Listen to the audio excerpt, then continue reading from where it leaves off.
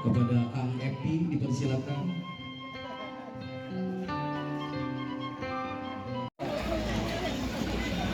Ya, saya sekarang ketemu dengan Abah Anton yang menggagas adanya Gong Perdamaian di Ciamis. Ya, dan didampingi oleh Abah Dede sebagai sesepuh Panjalu dan di Galunggung. Ini filosof daripada pembuatan museum termasuk Gong Perdamaian ini bagaimana? Ini untuk memperingati bahwa salah satu penggagas budaya damai, cinta damai, cinta persaudaraan, tidak boleh berperang itu ada di sini di Karangkamoyan. Makanya dibuatlah Gong Perdamaian Dunia karena dulu para putra kerajaan Galuh ini mau berperang antar saudara, tetapi alhamdulillah itu bisa dicegah oleh para Rama dan Resi, karena di kerajaan Tatar Sunda ini raja tidak berkuasa mutlak. Kalau raja ada pelanggaran atau melanggar hak-hak atau yang menjadi tradisi itu bisa ditegur oleh Rama dan Resi.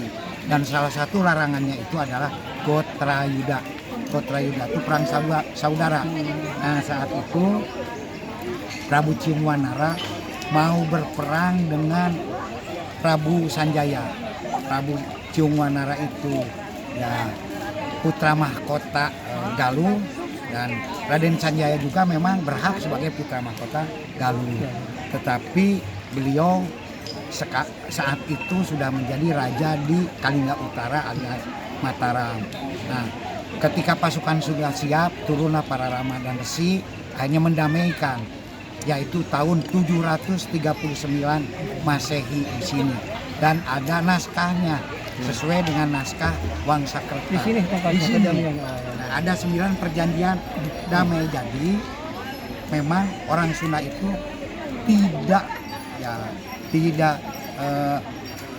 tidak suka dengan peperangan, anti peperangan, cinta perdamaian. Ini tujuannya untuk apa?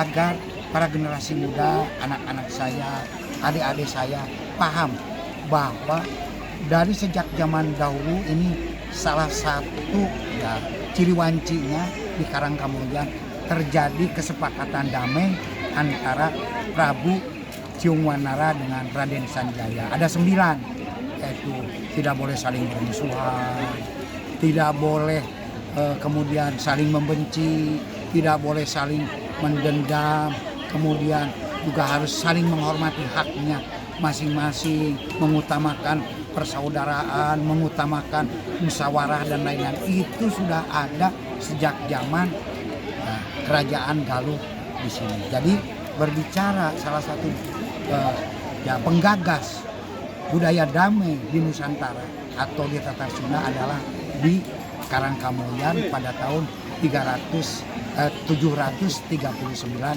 Masehi. Sehingga tercegahlah perang antara dua saudara. Karena memang Tatar Sunda melarang terjadinya Gotrayuda, perang saudara. Kenapa?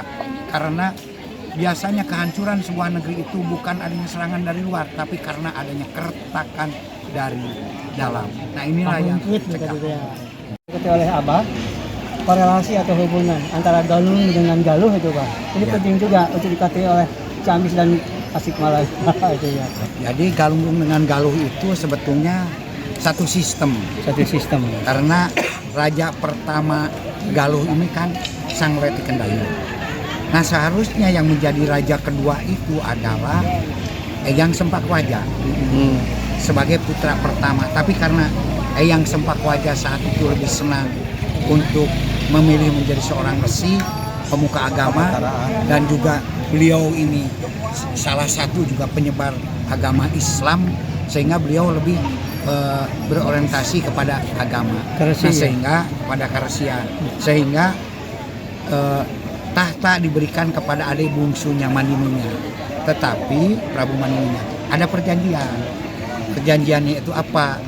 Perjanjiannya itu bahwa siapapun nanti yang akan menjadi Raja Galuh Sunda harus dapat restu dari Galunggung. Makanya Galunggung ngadeg Tumenggung. Nah, bahkan yang mendamaikan di sini pun juga antara Raden Sanjaya dengan Prabu Cium Manara adalah Resi Demunawan. Nah, Resi Demunawan itu adalah putra kandung daripada Eyang Sempakwaja yang saat itu menjadi Raja Saunggala. Saunggala itu kerajaan bekas kerajaan Galunggung. Di mana itunya? Di Kuningan. Oh, di Kuningan kalau itu. Kuningan. Ibu kotanya di Kuningan. Tetapi pada tahun 1111 ya kerajaan Galuh pun juga ibu kotanya pindah ke Galunggung karena asalnya kan di sini. Iya. Kemudian pindah ke Kawali. Kemudian setelah dari Kawali juga pernah pindah ke Bogor, ke Pakuan. Nah, kemudian pindah ke Galunggung. Jadi pada masa Eyang Batari Hyang atau istri kan itu ya. Eyang Janapati. Nah, itu justru di sana semuanya bersatu, Karesian, Karamaan, kerajaan jadi satu di Galunggung. Itulah kehebatannya kerajaan Galunggung saat itu. Jadi kalau berbicara apa hubungan Galunggung dengan Galuh, bahwa siapapun juga Raja Galuh harus dapat restu dari Galunggung. Malah Galunggung pun juga disebut sebagai Galuh Nu Agung, yaitu Galuh yang Maha Agung. Ya, Dewan Pertimbangan Agungnya lah dari Galuh gitu kan. Kalau sekarang ini. Ya, tadi yang dikatakan Raden Sanjaya itu memang turunan Galuh yang di. Iya betul. Siapa Raden Sanjaya? Ya. Raden Sanjaya itu yaitu cucunya daripada Prabu Maniminyak.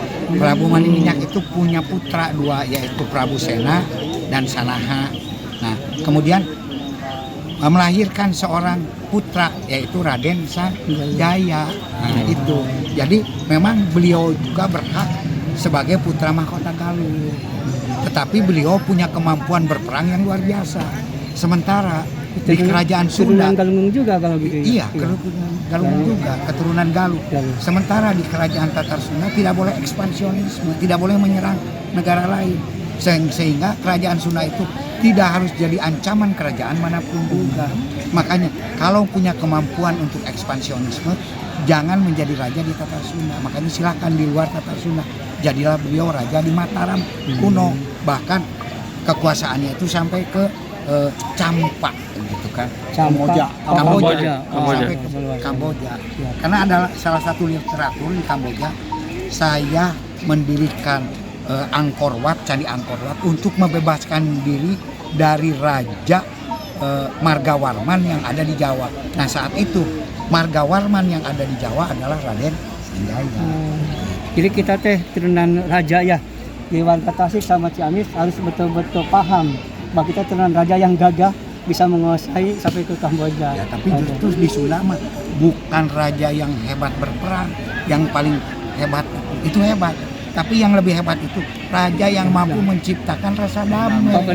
Makanya di Kawali ada pakai nebo jaya di buana, pakai gawe kerta bener, pakai gawe kerta lain, membangun kekuatan dengan kedamaian.